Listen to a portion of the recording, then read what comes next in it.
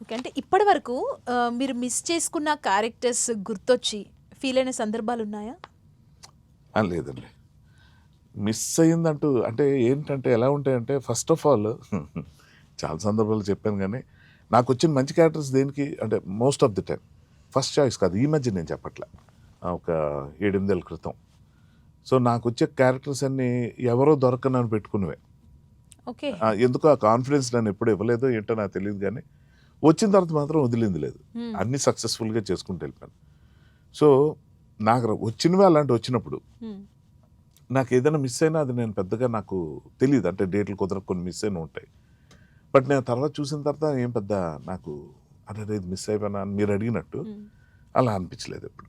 ఎందుకంటే ఎళ్ళిన తర్వాత నా ఇన్‌పుట్స్ కొన్ని ఎలా ఉంటాయో, నేను దాన్ని చేస్తే ఎలా చేస్తాను దాని మీద స్కోర్ చేసుకుంటూ, ఇంప్రెస్ చేసుకుంటూ వచ్చాను కాబట్టి, సో, నాకు దొరికింది నేను బాగా చేయగలను అన్నదానికే. అంటే ఎవరో వద్దన్నారా నన్ను పెట్టుకున్నారా అది ఆ ఫీలింగ్ కూడా ఉండేది కాదు. హ్మ్. So, that is how life goes. So, ఏదో మ్యూజికల్ చైర్ లాంటిది ఇక్కడ. హ్మ్. సో, ఎవడు దొరికి సీట్లో ఆడ కూర్చొని అంతే. ఆట నెట్టుకుంటూ రావడమే. అండ్ ఇంకొకటేంటంటే 'అమృతం' ఇప్పుడు యూట్యూబ్‌లో అప్‌లోడ్ చేసినా మిలియన్ వ్యూస్ పోతున్నాయి. అవును. అసలు ఎట్లా అనిపిస్తుంది మీకు 'అమృతం'? అది అంటే నేను అందులో యాక్ట్ చేశానన్నమాట కానీ, ఇప్పుడు after so many years almost decades నేను అది ఒక యాక్టర్‌లా కాకుండా ఒక ఆడియన్స్ లాగా చూస్తాను. నేను కూడా 'అమృతం' ఫ్యాన్ లాగే చూస్తాను తప్ప, ఇది నేనే చేశాను కదా అన్న విషయం మర్చిపోతాను. హ్మ్. ఫస్ట్‌లో గుర్తుంటుంది. యాక్చువల్ ఫీలింగ్ చెప్తున్నా. ఎప్పుడైనా సరే కొంచెం ఏదైనా ఫ్రెష్‌గా చూద్దాం అంటే కొంచెం ఏదైనా ఎంటర్‌టైన్‌మెంట్ అని అలా సర్వ్ చేస్తుంటే ఏదో ఇంట్రెస్ట్‌గా అనిపించకపోతే టక్కున 'అమృతం'కి వెళ్తా. సార్ 'అమృతం' చూద్దాం. చూసినప్పుడు ఫస్ట్ ఒక 1 మినిట్, 2 మినిట్స్ నాకు నేను ఆ ఫీలింగ్‌లో ఉంటా. ఓహ్! నేనే కదా అప్పుడు ఇలా ఉన్నానా? ఇలా చేస్తున్నానా? అనుకుంటా. తెలియకుండా తర్వాత ఇన్వాల్వ్ అయిపోయి స్టోరీలోకి వెళ్ళిపోయి ఎంజాయ్ చేయటం అదంతా ఉంటుంది. So, 'Amrutham' is wonderful emotion అండి. అది హ్మ్. చేస్తున్నప్పుడు తెలియలేదు కానీ, తర్వాత తర్వాత ఏమైపోయిందంటే నేను కూడా ఆడియన్స్‌లా ఫీల్ అయ్యి, అందరితో పాటు నేను ప్రేక్షకుడిలాగా చూస్తాను తప్ప, అది నేను చేశానన్న విషయం నాకు గుర్తుండదు. సో, ఇవాల్టికి ఉంటుంది. ఇంకెప్పటికి ఉంటుందండి. ఎప్పటికి అది ఎవర్ అంటే గ్రీన్.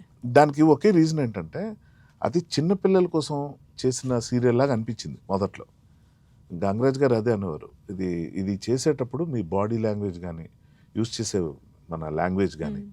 ఎక్కడ మీరు చూడండి ఈ తొక్క, బొక్క లాంటి పదాలు ఎక్కడ బయటికి రావు. అంటే మన మామూలుగా వాడుకలో ఉండే పదాలు.